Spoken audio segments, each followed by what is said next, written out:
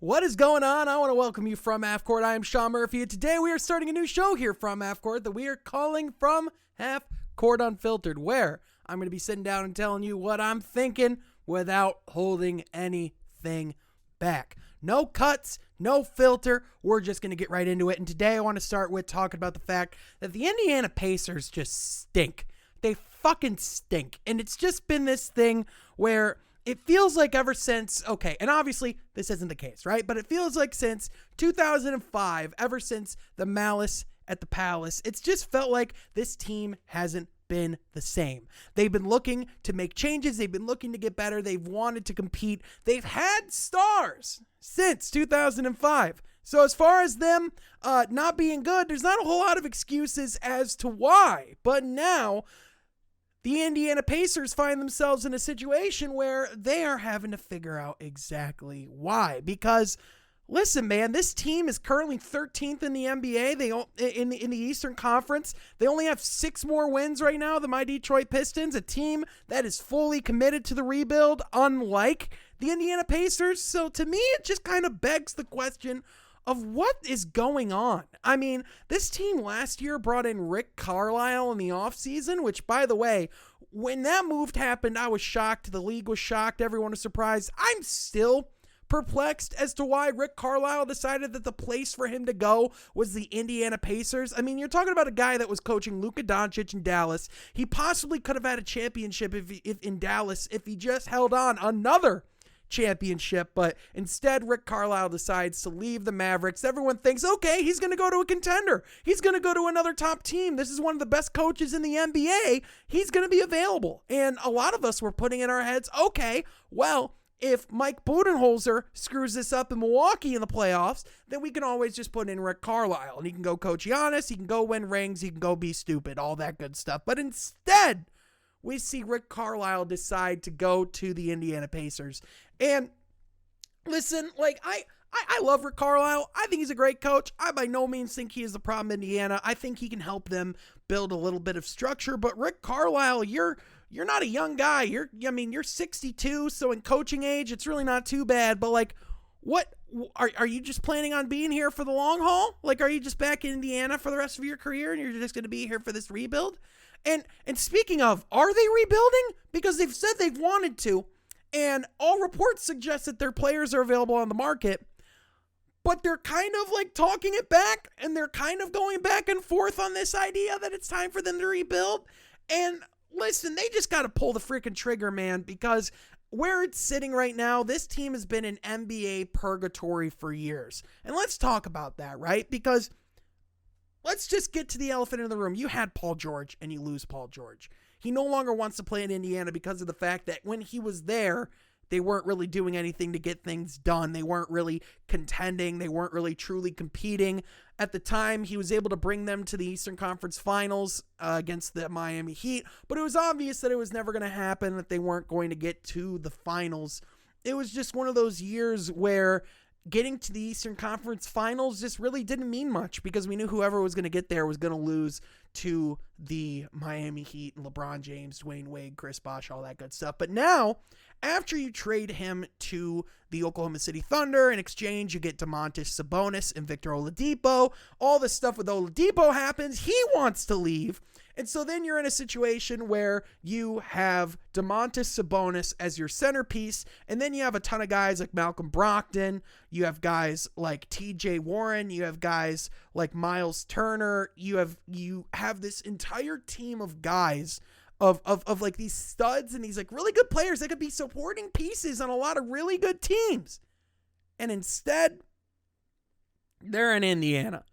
And I like a lot of these players individually. I mean, like I said, Domantas Sabonis, he can absolutely bang in the post. He can play at different levels. He can shoot it. He can stroke it. He can score it. He can defend. He can rebound. He's efficient. He's a good player. There's a lot of things to like about Domantas Sabonis. And the crazy thing that he's only 25. But then you have other guys on this team that, it just the composition of all these pieces isn't going to equal anything over a play-in berth, and that's just where this team is going to be for years unless they finally decide to do something. Because you have alongside him, you bring in a guy like Karis LeVert earlier in the season, who I think you can make the argument is someone that you could potentially try and keep for the rebuild. However, obviously he has a lot of value to other teams as well.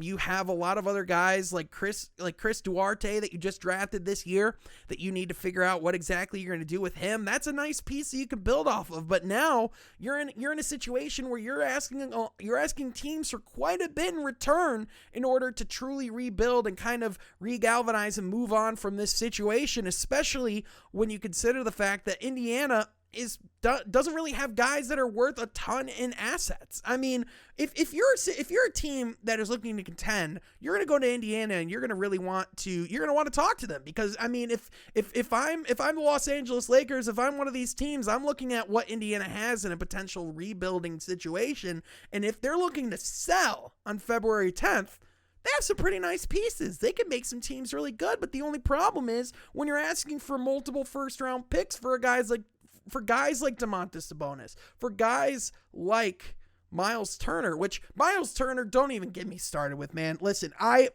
always thought that Miles Turner was always like Andre Drummond of a few years ago, where everyone was like, no, this guy's really good, but he can be really good. He can put up a lot in the stat sheet, but he can still not do a whole lot for your team in the long run, and it doesn't really contribute to a whole lot of winning games. And that's kind of where Miles Turner has been in his career so far. I mean, he hasn't really been on a team where he's had much of a chance to contend and actually compete. I mean, the guy's a career 12.7 rebound guy. He can shoot the three. He can stretch the floor. He's a guy that can go to Charlotte and something like that and can really contend and help them with that young core, putting things together. But for the Indiana Pacers, it's clear that it's not going to work. They haven't had a great relationship the entire time.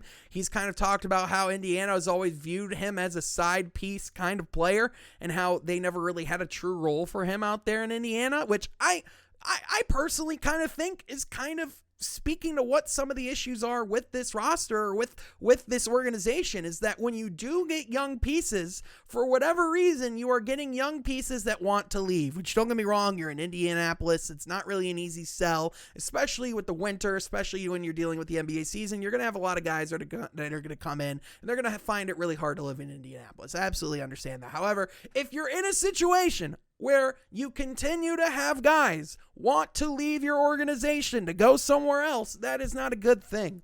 Now, granted, the Victor Oladipo situation is a little bit different. The way that situation went down isn't really entirely on the Pacers. It's not like they were in the wrong for whatever happened there, because some of that was just his health, right? And I mean, Paul George, he had his freak injury when he was in Indiana as well. But, if you're a Pacers franchise that has been a strong, prominent part of the Eastern Conference playoff picture for all these years, you've never really truly contended for a championship since 2005. You had those guys that were in the Malice and the Palace brawl, and really they were looking to, contend with those Detroit Pistons. Once the Pistons overcame them and moved on, ever since, the Pacers haven't had that same opportunity. And so now that they're going to be going into yet another potential rebuild, I'm looking at a team like the Indiana Pacers, and you have to make some significant moves and changes as an organization. I mean, they've just been mediocre for the past 15 years. You have stars that leave. You have guys that don't really want to play there. And the guys that you do keep and that you end up having long-term don't really bring your team a whole lot of success as far as winning goes. I mean, they made it to a playoff season. They've made it to the playoffs like the past few years, or they'll make it to when they do make it to the playoffs, they're nothing special. I mean, they're a team that can possibly get eliminated in 6 games or 5 games. But outside of that, they're not going to make teams sweat very hard. I mean, Malcolm Brogdon is a 50-40-90 guy, but otherwise, he was a great guy in Milwaukee. He was someone that was really beloved there.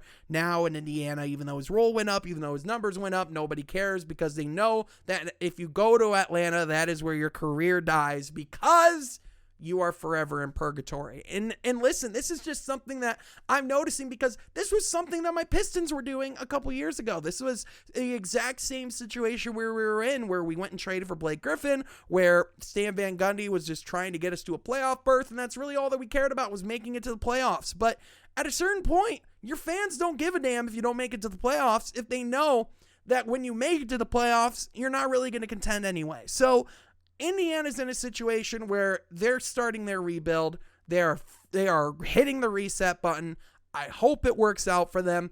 I personally think that there's some teams that can really make some moves and acquire some of these guys. I'd be really interested to see Sabonis in Washington. I know Sacramento's another team has been thrown out for him. But, I mean, a lot of teams that are looking to contend, a lot of teams that want to make some changes to their organization can look at what Indiana has here, because individually they have some nice pieces. They just can't figure out how to put together as a team. So with that, I want to know, what do you think of the Indiana Pacers? Do you think I'm being a little too harsh on them, or do you think that they actually have a chance to do some things? Personally, I just think they got to get their shit together, and I really want to see them do better, and I want them to be a relevant organization again, because the league is better when the Indiana Pacers are relevant. It's just that they haven't really been since they had Reggie Miller on their roster. And with that, I want to thank you so much for watching, and we will catch you next time from Half Court.